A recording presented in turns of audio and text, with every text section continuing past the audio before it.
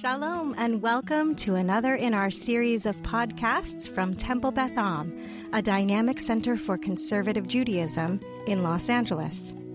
This is a recording of Parenting Through the Parsha with Rabbi Matt Shapiro.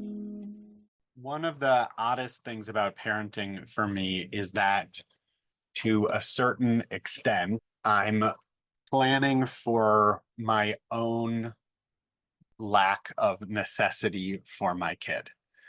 I always want to have a relationship with my kids moving forward for the rest of my life as closely and as connected as we can possibly be. And I also don't want my kids to be dependent on me, without any foreseeable end as they move through their teens and into their 20s and into their 30s and so on and so forth, that hopefully at a certain point, not tomorrow, but also less than 25 years from now, they will build lives for themselves as independent human beings. That the goal is not that they should live under my roof and be cared for by me ad infinitum, but that at a certain point there will be a transition and I just won't be needed in the same kind of way that I am at this point in time. Certainly not as when they were babies and even as they are right now. That we're teaching our kids to a certain extent, yes, how to grow up and be interdependent people with the people they love. And we won't be around forever. That we do want to make sure that after we're gone, our kids will be okay. I'm thinking about this, as I've been mentioning, as my oldest bar mitzvah approaches in a couple of weeks, thinking about generations in that way. And it jumped off the page a little bit for me this week in looking at the narrative of Moses transferring leadership of the Israelites over to Joshua. I'd imagine there are a good amount of folks this week who are talking about transfer of leadership from a domestic political perspective, but I'm thinking about it a little bit differently in this context, which is thinking about what it means to fully be in surrender and acceptance of what that moment might be. Early on in this bit of narrative, God tells Moses to place his hand on Joshua. And at the end of the narrative, as that part of the narrative is concluding, Moses places both of his hands on Joshua in the moment where symbolically leadership is transferred over.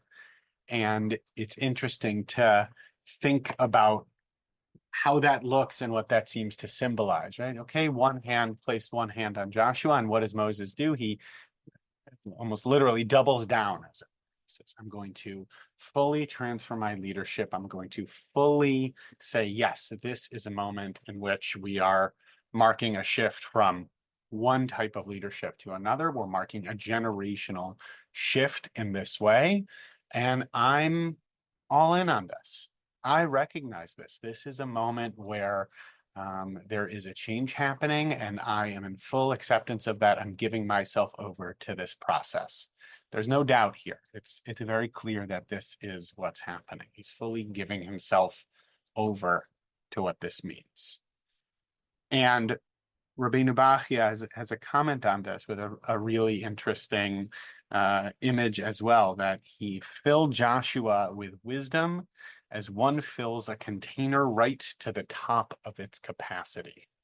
That when Moses does this, he's filling Joshua all the way up. He's giving absolutely everything that Joshua might be able to take in, everything that Joshua can take in this moment. And to me, that's a beautiful image. That's a wonderful thing to be aspiring to. Obviously, here it's in a leadership context, but in a parenting context. What can I do? What do I need to do to be fully offering everything I can to my kids, to give them whatever it is I can offer from what I've learned to do, from what I've learned not to do, right? Whatever I might be able to teach them. How can I offer each and every single drop of what I can to my kids? And it's also important to note, going back a couple of verses and looking at this, that even as Joshua is being empowered in this way, it's still worth noting from my perspective that he's not doing it alone, that he's still going to be doing this in partnership with Eliezer, who's going to continue as the high priest. Just as Moses and Aaron work together, so do here Joshua and Eliezer are going to work together, no matter how full of wisdom Joshua is, no matter how little doubt Moses has in offering this mantle to Joshua. He's still not doing it alone.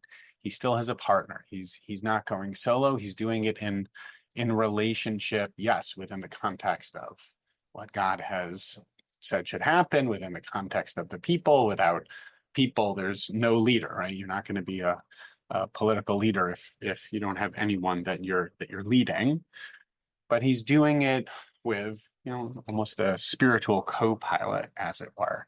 And I think that makes a lot of sense too. And when I think about, moments I've had with my parents, where I've been able to talk with my siblings, when I think about what I want for my kids as Sarah and I get older, to be able to be blessed to be in an opportunity where there is that reciprocity, the relationship between peers, between siblings. That's something that speaks to me here as well.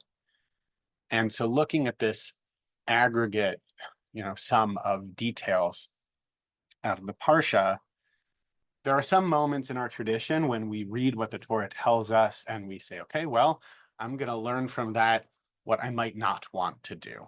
Certainly in terms of family dynamics, if you've ever read Bereshit, Genesis, all that closely, you might say, okay, I don't really know that I want sibling rivalry to play that big a role in my family. Here's the other side of that coin, which is, I think here we see what a healthy transfer of leadership can look like, what a healthy model for leadership moving forward can look like, and refracting it through the lens that, I'm talking about here. This sense that from a parenting perspective, when we think about our kids, our relationship with them, what we want to be empowering them to do in the world in terms of how we can raise them up, how we can teach them, how we can offer ourselves to that process, how we can bring them into that process in a meaningful way. And just to also note that this is not necessarily an easy moment for Moses. He's been leading these people for a long time. He's coming to the end of his journey. And he doesn't hedge his bets. He doesn't shy away from it, that even though it's a challenging moment, he brings fullness to it. He brings his whole self to it. And he recognizes that this is what the moment is asking of him. And he's able to move into it fully. And so whatever those difficult moments are, those are particularly the moments when we can say, this is the higher goal. This is the value that I'm invested in. And I'm going to rise to that moment in the spirit of our tradition for my kids, to give them everything I can, and to recognize that there are those moments of transition, and there can be beauty and real holiness in those moments too. You have been listening to another in our series of podcasts from Temple Beth Am, a dynamic center for conservative Judaism in Los Angeles. If you enjoy these podcasts, we invite you to write a review on the Apple Podcast site or wherever you get your podcasts. For more information about Temple Beth Am Los Angeles, go to tbala.org